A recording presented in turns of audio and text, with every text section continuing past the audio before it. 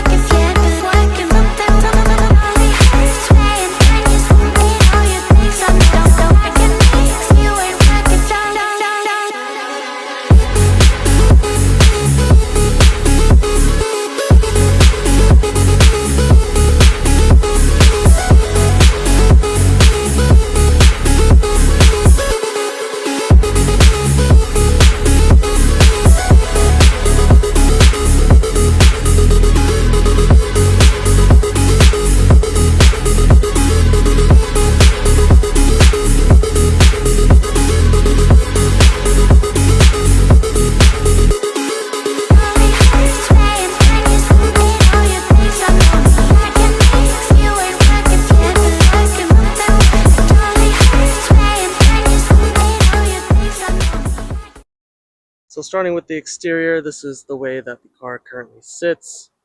I've always been a big fan of keeping things super clean and simple, so big OEM plus type of guy. Don't have too much done to the exterior aside from the Shine Auto front lip that I rattle canned, but it does the job. And then as well as the Rays MSO1 rims. So yeah, with these rims, I am running 17 by 8s in the front and 17 by 9s in the rear. Not too sure on what the offsets are. I have to double check. For tires, I'm running 225s in the front and then 275s in the rear. For brakes, it is a bit hard to see, but I do have stop text slotted rotors all the way around. I do have FD calipers up front. I wouldn't say they provide an additional performance upgrade, but I think it's more of an aesthetic thing that the previous owner did. Fitment on the wheels could be better, but overall I'm not too mad about them. I do also have the car on Stance XR coilovers. Not too sure on the spring rates, but as far as daily driving the car around, it honestly rides better than my E92 BMW on some lowered springs, so can't complain about that. As for the interior, I do have Infinity 3 seats. Love the way that they look and the way that they feel, especially for bucket seats. They're quite comfortable. And other than that, I do have the full black interior, still have the rear bins, and the privacy cargo cover. As far as steering wheel, I have the Momo steering wheel, a black edition, as well as a Momo short hub. It doesn't have a quick release. Not too sure if I'll get one in the future, but that's the way that I currently have it. Um, I do have a C's short shifter on it. Love the way that the short shifter feels. I had a Mazda Trix one. Didn't like how clunky and harsh it was. This one feels great.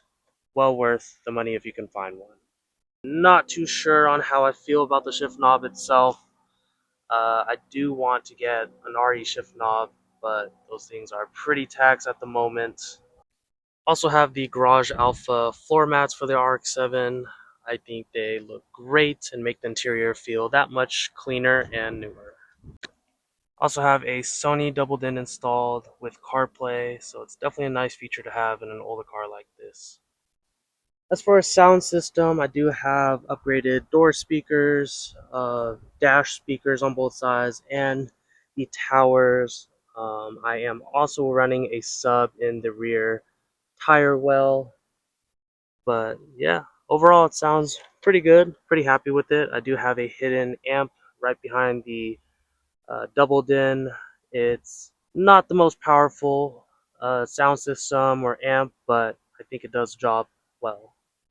As far as gauges go, I do have a Haltech smart gauge. Shows any sorts of sensors and levels that I want to see, whether it's coolant, oil, fuel, whatever it is. Lets me keep my stock vents and pretty much have the interior as simple as possible.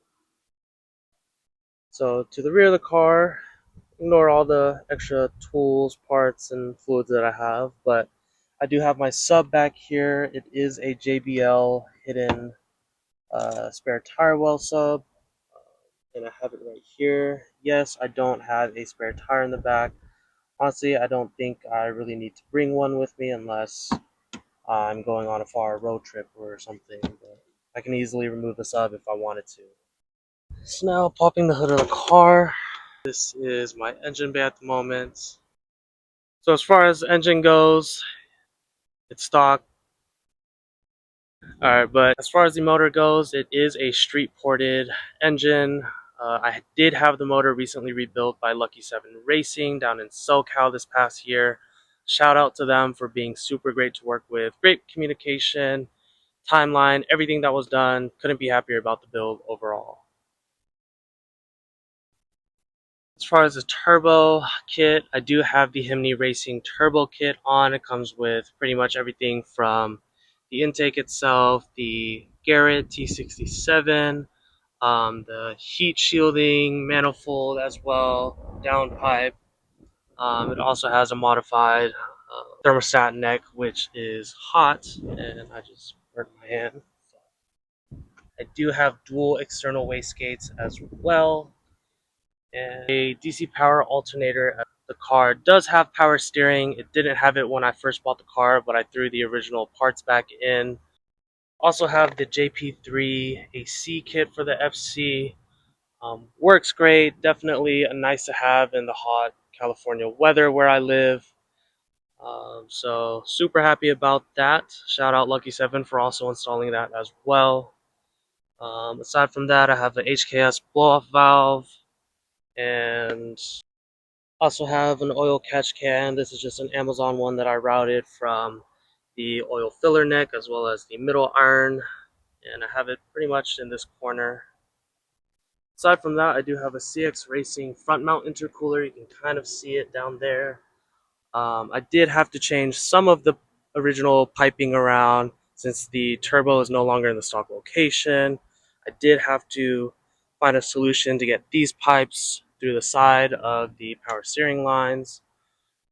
For fuel system, I'm running full function engineering fuel rails, 1050 injectors for primaries and 1700s for secondaries. Also a Walbro fuel pump as well. As for the cooling system, I am running a Coilrad Enflow radiator with an E-fan. I forgot which E-fan this was, but I do have kind of like a custom shroud built for it. And the LRB Speed cooling panel. Can't really see down there, but also am running the OEM oil cooler as well. As for the exhaust, again, I'm running the Himny Racing 3-inch downpipe, pretty much straight all the way through to the Racing Beat catback exhaust that I have. I love how quiet and tame it is until I really get on it.